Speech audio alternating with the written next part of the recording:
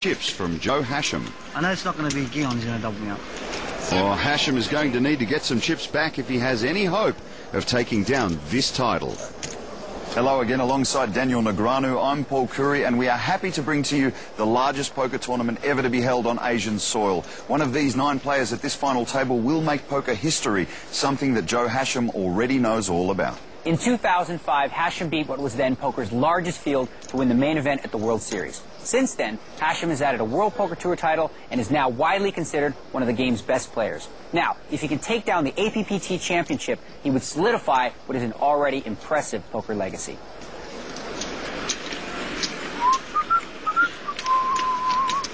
Well, as we said, Hasham's got some work to do, but he doesn't seem too concerned about the short stack situation right now. Experience has taught him that patience is indeed a virtue in this game, and he picks up ace-5 of diamonds and raises with it. Well, he's coming right back out there, going for another steal attempt with... Uh-oh. Dinley's got ace-10, and he looks like he's going to raise. Well, he's announced raise. Nice. He looks like he's having fun. He can't keep a straight face. It looks like he's trying to figure it out as he goes along, but he's managed to raise it to 122,000. For those of you that think a poker face is really important, exhibit Din Lee right here. He's giggling as he re-raises with a marginal hand, ace-10 offsuit. Looks like one of those days, huh? 2 hands in a row, Joe's been re-raised. It's going to be one of those days, huh? No good. Shows him the ace. And folds. Well, tough to be the known player at the table sometimes. Hey, Jack, it's not good. Players come after you. Ha!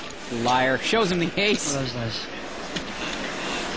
It's going to be one of those days. Yeah, so far this day hasn't been like that day that changed Hasham's life. A day that almost never happened. Even from the early days when I first started playing, my wish was to one day travel to Vegas and play in the World Series.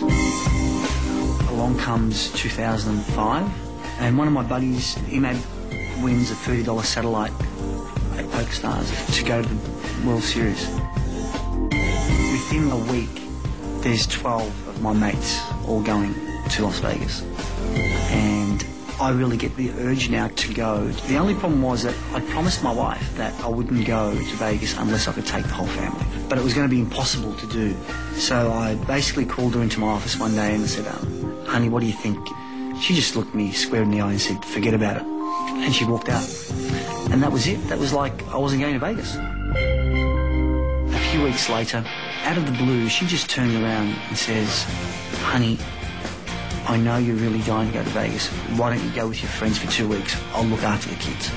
And I was dumbfounded. And I just jumped up, got on the phone with my friend and said, book the tickets, book the flights, that way she can't change her mind. And the rest is history. When I finally got home to Australia, there was a press conference at the airport and there were like 30 or 40 reporters and cameras, and I think I made every front page all over Australia, and I was on every talk show. The country just went wild and they were just so taken up by the fact that one of their own won the World Series. It was so overwhelming. Today, there's a card room in every state. It's amazing how much poker has grown. And I'll be remembered as the guy who kicked off poker in Australia. And that's quite cool, actually. See, what a good woman there. She finally came to her senses and let the man live. Good on her, mate. Joe Hasham taking a moment to sit with his lovely wife, Jeannie. Straight away, mate. Things not going his way at the table.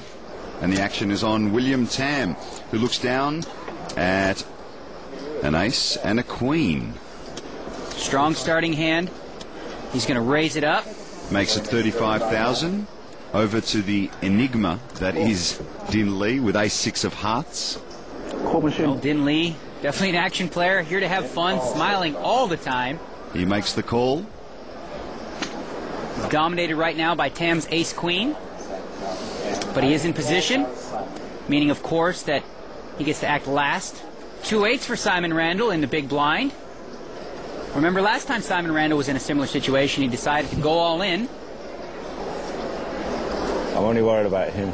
Says he's worried about Din Lee. Definitely an unpredictable player. Call him. begging now for a call is Din Lee. He wants to see a flop. Go on, just for you. And he will make the call. Chips so I can get revenge. Well, it looks like for the burning. Din Lee was able to convince Randall to just call this time. I'm checking the dark.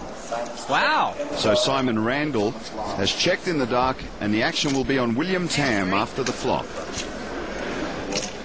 which is a 3-3 deuce, 2 hearts. Randall has the best hand with an overpair, but as you can see, Lee has an ace-high flush draw. One more heart to complete his flush. Tam misses, and he's checking. Over to Din Lee. All of it. Oh, well. Oh, my God. I love the look on his face. Tell you what, Randall, I think with 2-8s here, you just got to make the call. I like your style. It's good. It's good style. It's good style. Ooh, Lord. That's a good flop for Everyone me. having fun with Din Lee. Well, it's cool if it's A lot of table talk here. Well, apparently he's implying at least that it's a good flop for him.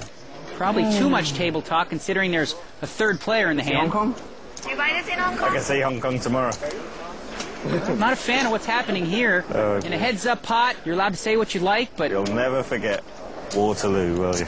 with more than 2 players in a pot, there really shouldn't be this much table talk. He folds! Simon Randall lets it go, as does William Tam. Well, I'm not so sure I understand that one. Folding there against Din Lee with 2-8s, I probably would have been in the pot faster than Din Lee. Well, he did say he was worried about Lee. Yeah? You have the nuts again? Trips. Oof. No caller? Trip, what's that? Just free, I think. Yeah, likely story, Din Lee. So Din Lee takes the pot on a semi-bluff. Would you have trip threes? Yeah, I think so. I think so. You don't remember now, do you, Din Lee? We are back to the action in the gaming capital of the world after this.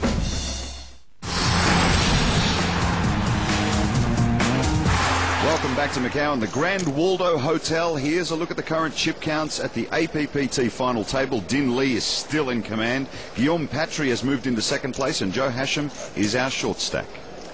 And more bad news for Joe Hasham. We just had a level change. The blinds are now 8 and 16,000. It's going to force the action even more. Not what you want to hear when you're on the short stack. And the action folds around to Liz Liu, born in Vietnam, grew up in the United States, and she has 10-5 of hearts. Not quite good enough. Over to William Tam. We'll let it go. Round to Bertrand Elke Grospellier. He got the nickname Elke because his StarCraft fans couldn't pronounce his name, so they called him Elke, and it stuck. And he will raise with a 9 and a blank because we can't see. Told you to be careful, kid.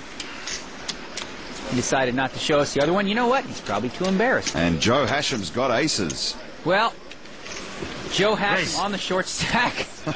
At this point, what are you looking for? Exactly what Joe has. The best hand you can be dealt, 2 aces before the flop, and that's what Joe has right here. 50 more.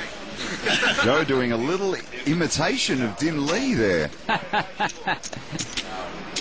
Well, Elke only has to call another 50,000. Jack Queen for Din Lee. Way too much, man. I can't bluff you. All in. All in. You made forward. Joe Hasham begging Din Lee to make a crazy play. If you call, then I will push all in. But you just like this, how can I bluff you? You can't bluff me. Well, that's a fact. You're And not Din Lee folds. going to bluff aces. So now it's going to be 50,000 back over to Elke, who has 9